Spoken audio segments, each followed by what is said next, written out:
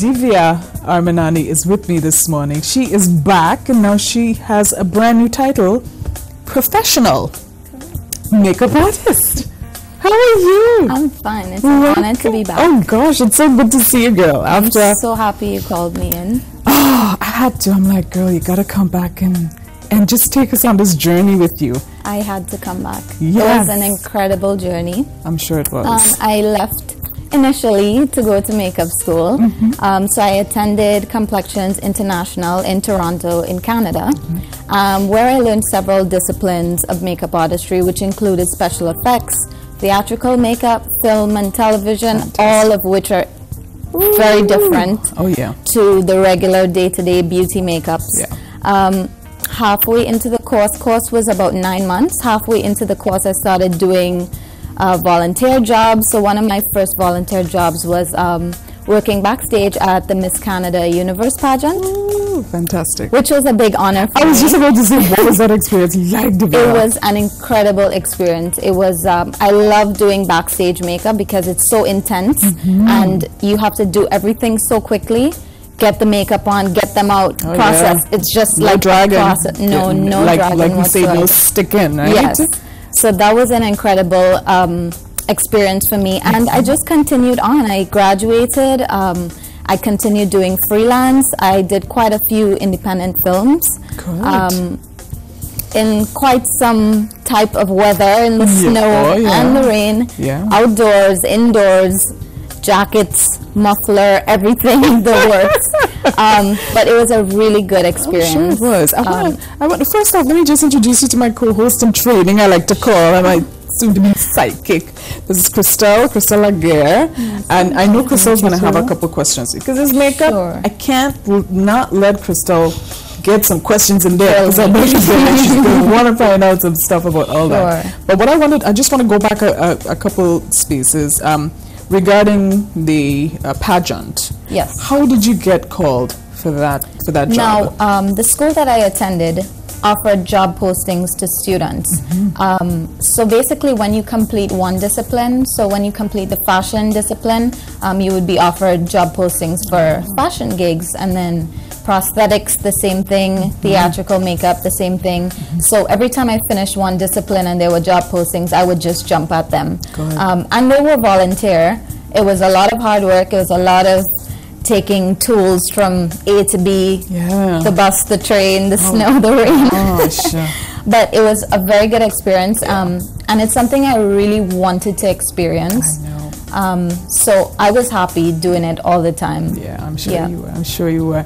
I'm really excited because you've mentioned that this is not just your regular glamour high fashion makeup course. This is something that now has armed you with the knowledge and the tool and everything that if you get a call today, if there's if they got a movie filming in Grenada, they know who to call because it's just so different. Tell us about the difference between Divya, regular makeup, television makeup, because we all know that TV, it's just so much different, and then we go into the theatrical bits. Okay. So the difference between beauty makeup and film makeup, mostly for beauty makeup, which we would also call fashion makeup, it would be for photo shoots, so still images. So you can get away with a lot of just eyeshadow. There's a lot of tricks you can do with cameras as well. Whereas with film makeup, it's a moving picture. So it has to be intact. Everything has to be perfect. You have to go in and touch up constantly. Sometimes for the independent films, you have to get there before the crew and everything to set up, to process the actors and the actresses, and then you have to constantly be on the side of the director, actually looking at the screen to see when you need to jump in and touch up. So it's quite different. They're quite different disciplines, and the techniques are also different.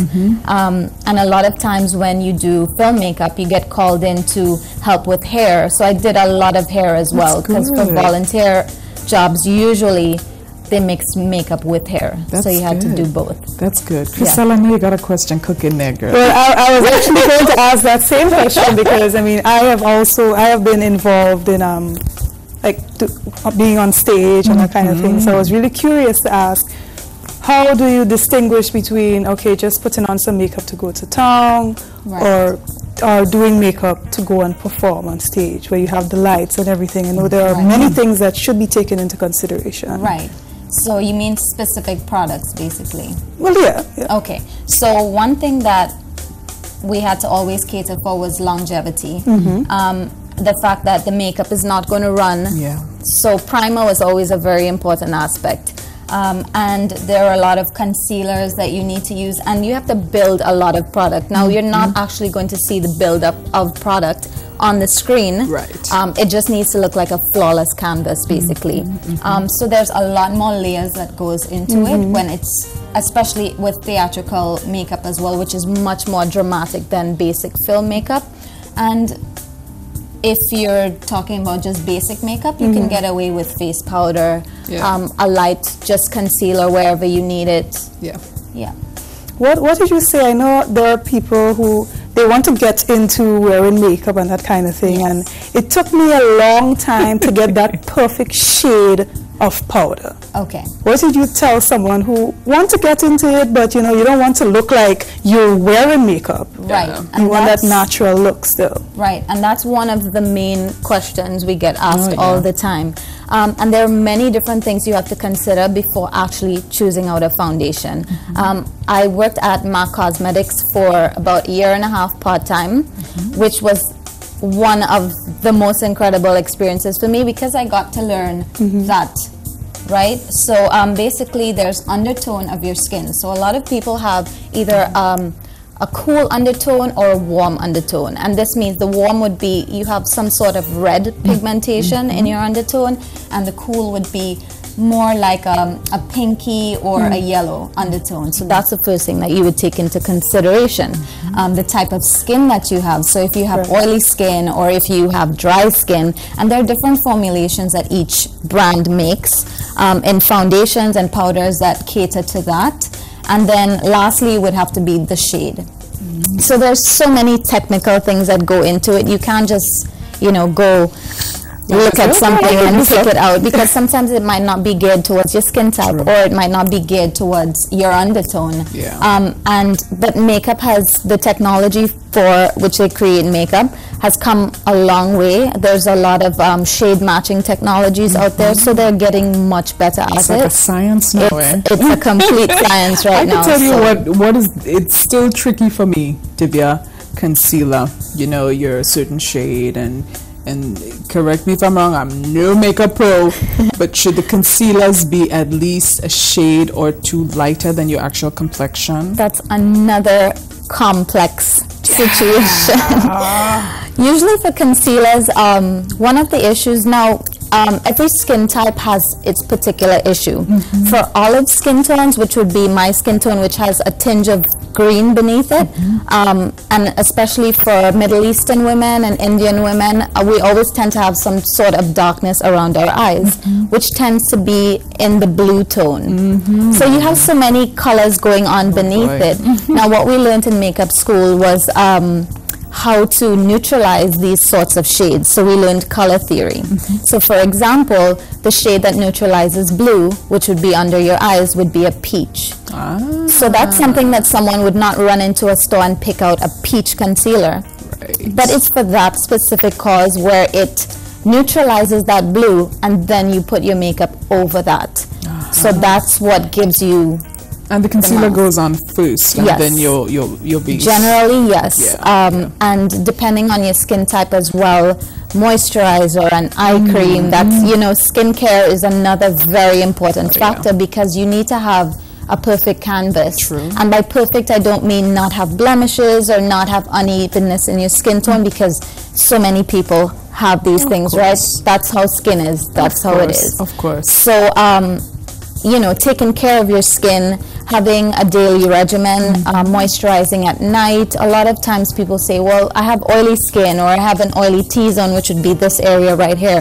How do I moisturize? So I say moisturize in the night, and in the morning just splash your face with water and you should be perfectly fine. Or if you feel like you need moisturizer in the morning, You moisturize just the perimeter of your face and you stay clear of your oily zone. And you can put your makeup over that and you'll be perfectly fine. Good. Yeah. Now, I wanted us to take a little peek at I'm not sure if the guys have it on cue. Guys, I'm going to put you on the spot now, but I believe you had sent me some images with the special effects makeup. Yes. You know, like people getting shot and guy getting lacerated and all of that. I'm not sure if the guys could probably pop one up on the screen right now, and I want you to I want us to just discuss, you know, what would be going on in that image. Oh my gosh, look at that. So this is one of the independent films that I worked on. So essentially the character was supposed to be shot. It's funny she's smiling after she shot it. Well, I'm just playing. She was just posing for me there. So I had to create basically a bullet hole in her face, which we have the different techniques. This actually doesn't take that long because we practice so much, and then the blood would just be a product that we would have, and we were also taught how to make it from scratch. So to be honest with you, I was always pretty scared of looking at horror films, but now I watch it with a vengeance because I want to see what's going on, and I know what the techniques are, and this was one of the most fascinating aspects of makeup artistry for me, because I wasn't familiar with this before. I think this is incredible. It really looks like his lip is split. Yeah. It really does. Yeah. This was one of the photo shoots I did for my film and television discipline while I was in school. And this was supposed to be an army casualty. And that's just the detail on the lip. Wow. The split lip. Okay then, Divya. This was another independent film I worked on, and I was basically given the hand and I just had to paint it and make it look realistic. Right. Yeah. So I worked with quite a few prosthetic pieces. I had to create quite a few prosthetic pieces, and this was one of the most challenging for me, but the most rewarding. Yeah, I was about to ask you, what would you, in this particular area, wow, look at this now, what was the most challenging for you? So you'd say that working with the prosthetic? Yes, working with prosthetics was one of the most challenging because it's a science and it's very technical, and a lot of people don't have that much respect for it, but so much goes into it. We were reading so many biology books, so many forensics books, because we had to study diseases. A couple of our projects that we did, we had to do on diseases to see how they look so that we know how to recreate them. So many, like what would a bruise look like in the first stage, and what would it look like when it starts to heal? The same with frostbite. And to try to get it look as real as possible. This was laceration and stitches. Yeah, that was just me practicing in school. And it took a while to get it, but when I got it, I really got it. This one looks interesting too. Yeah. Wow. This one I was inspired by a film that I saw. I cannot remember the name of it right now, but in the beginning, I believe I think he was an angel, and one of his wings were clipped off. So that was my inspiration for this one. Wow. Yeah. Oh, look at this. This was the frostbite. Yes. Wow. It was actually pretty simple to create when you understand. Of course, I'm sure. What needs to be done and what it needs to look like, basically. Yeah. So this is just one of my classmates. So I did a zombie look on her with the veins and everything. Yes. This was the most fun part of the course for me. The whole prosthetics and film and television makeup. Yeah, because it's something completely new. Completely different to anything I've ever done. So it must have been really exciting. Oh my goodness, look at this one. Did he lose his eyelid or something? No. This was a film. It was called Blinded.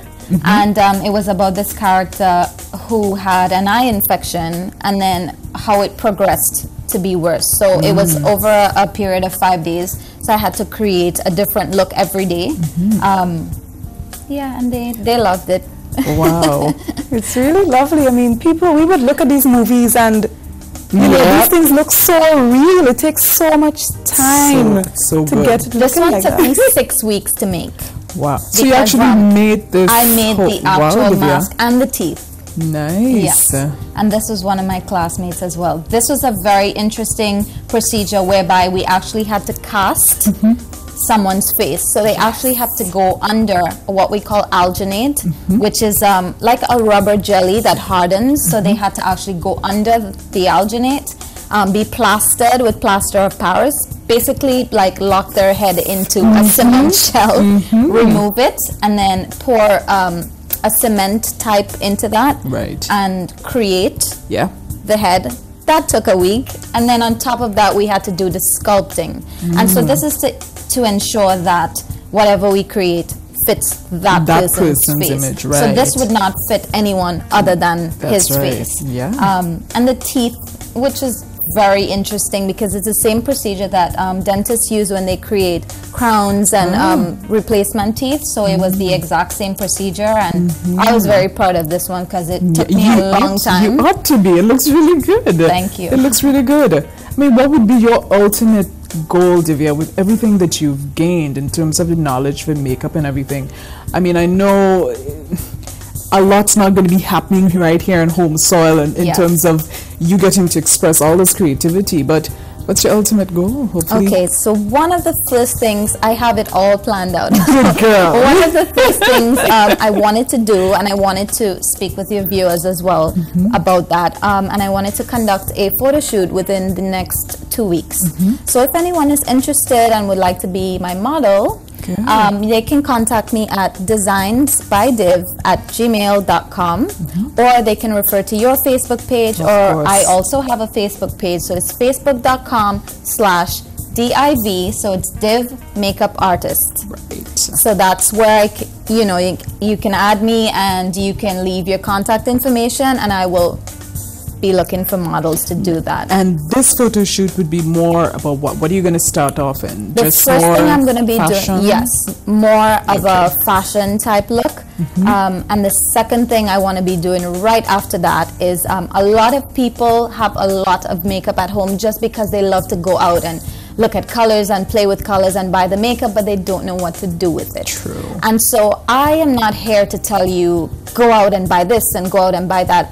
I would like to help people that have all this makeup, teach them how to use it. There you go. So one of my first initiatives would be called Bring Your Kits event. Nice. So I would be requesting, I would put up the details on my Facebook page, and requesting everyone to bring in what they have.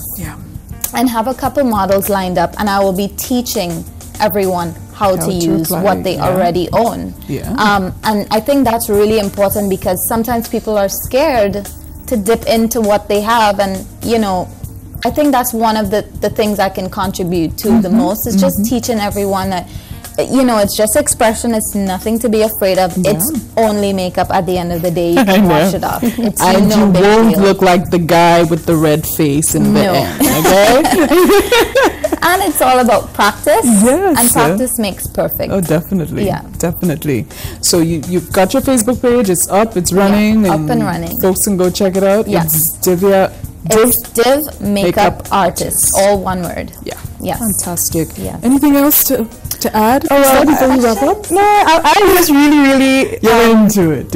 Interested in that kind of makeup with the blood and all of that, because I happen to like those kind of things. Really? I look at horrors all the time. Oh, good for you. I'll just look at Div's work, and that's enough horror for me right there. I'm good with that.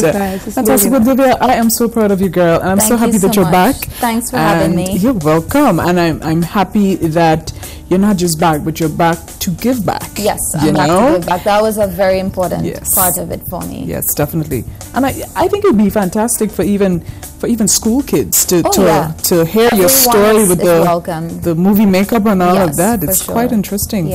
And you got to come back, because of course we got to do another session here where we can actually have something more hands-on and let the viewers get a full feel for taking care of their skin, using the right colors, etc. Exactly. Fantastic.